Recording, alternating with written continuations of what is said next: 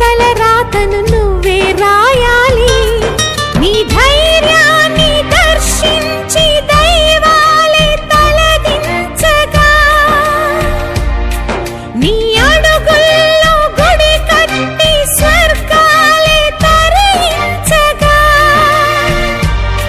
నీ సంకల్పానికి ఆ విధి సైతం చేతులెత్తాలి.